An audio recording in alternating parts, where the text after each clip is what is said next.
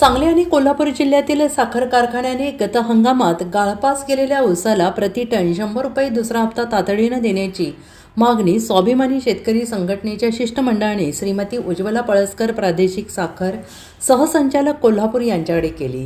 गत वर्षीचा ऊसाचा गळीत हंगाम संपून मोठा कालावधी उलटून गेला तरी अद्याप अनेक साखर कारखान्यांनी शेतकऱ्यांच्या हक्काचा हा दुसरा हप्ता त्यांच्या बँक खात्यावर जमा केलेला नाही। सध्या नवीन हंगामाची पूर्वतयारी सुरू असून गगनाला भिडलेल्या महागाईमुळे शेतकऱ्यांना खते, बियाणे आणि मशागतीसाठी पैशांची अत्यंत आवश्यकता आहे।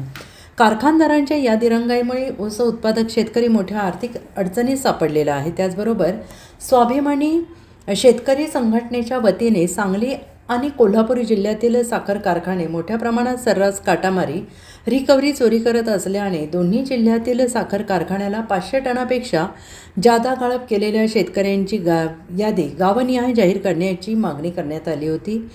गेल्या 3 महिन्यात जिल्ह्यातील एकाही साखर कारखान्याने ही माहिती न दिल्याने सदर माहिती तातडीनं उपलब्ध करून देण्याची मागणी करण्यात आली।